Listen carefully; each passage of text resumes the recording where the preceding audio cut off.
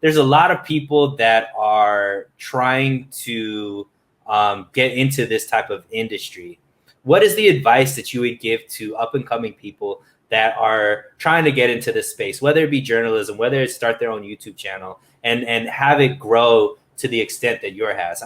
Obviously, it's not going to happen overnight. Obviously, not everybody has the same type of advantages that you have. But to just the lay person, what would you say the advice you'd give them?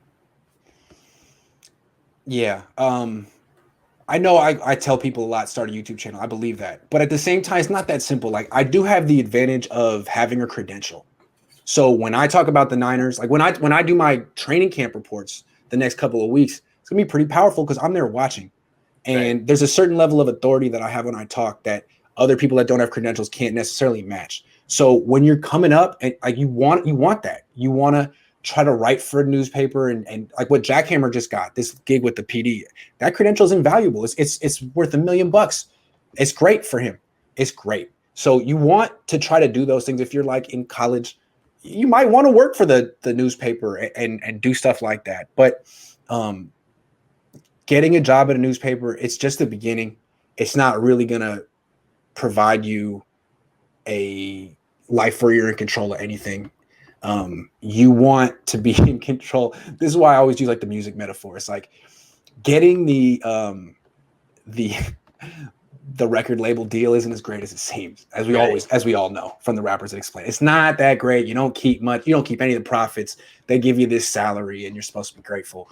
What the future is YouTube, because you keep 50% of the ad revenue on YouTube, and if you're entertaining, if you're smart, if you're dedicated, and you grow it, it's your job, it's your life, and it can pay you way more than any newspaper would be willing to.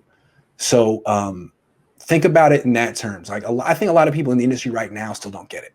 A lot of very talented people with 50,000 followers on Twitter are chilling, making 50 grand a year. And that's cool. I mean, maybe they're not, they never had aspirations to make more than that, but it's like, you could really take control of your life.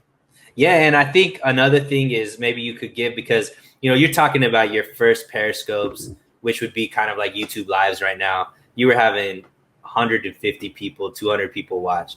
That's not the normal person that's starting a YouTube channel, right? True. So what would be like realistic expectations for somebody starting like the 5? build up? If you got 5, here's the thing. When I did Hot Mic with Brian, it would be like East Bay Chris, maybe my parents, and like Steve Moss from Australia. That's okay, man. If you start off with 2 people, that's cool.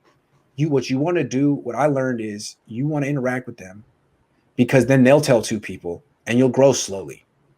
What I basically wanted to do was to find a way to differentiate myself from the other beat writers there.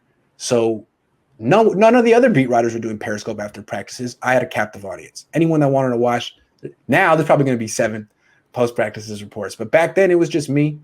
So, I mean, that's why I did it, basically, just to set myself apart. I like it, man. Well, I'm glad you did it, because it helped a lot of us out, right? Yeah.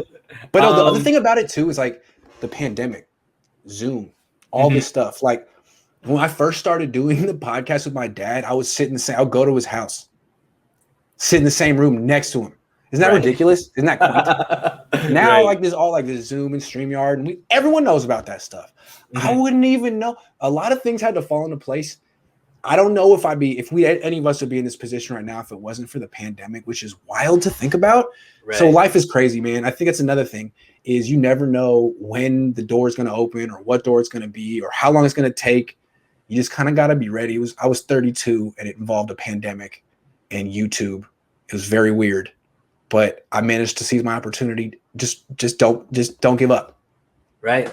Absolutely. And I think that's really big is like, and I think sometimes I ask you these questions offline, and what I realize is a lot of what you do isn't necessarily strategic. You're very good at like just seeing an opportunity and taking it. Like you don't overthink your way out of something.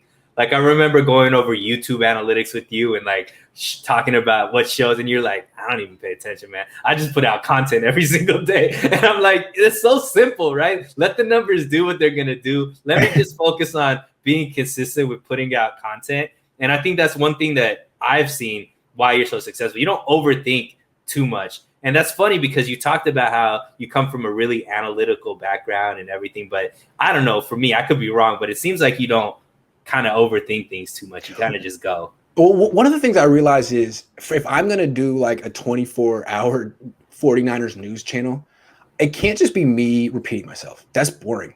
And I can make my point in 20 minutes and everyone knows how I feel about a certain issue. And then I don't need to keep saying it all day, every day. Like people will stop watching.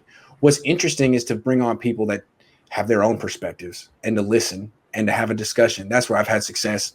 And I feel like I'm open-minded. So if someone's real good, I might change my mind on the show. And maybe that makes me a flip-flopper, but it's entertaining, I guess. Hey man, people love to hate. Haters are views as well, right?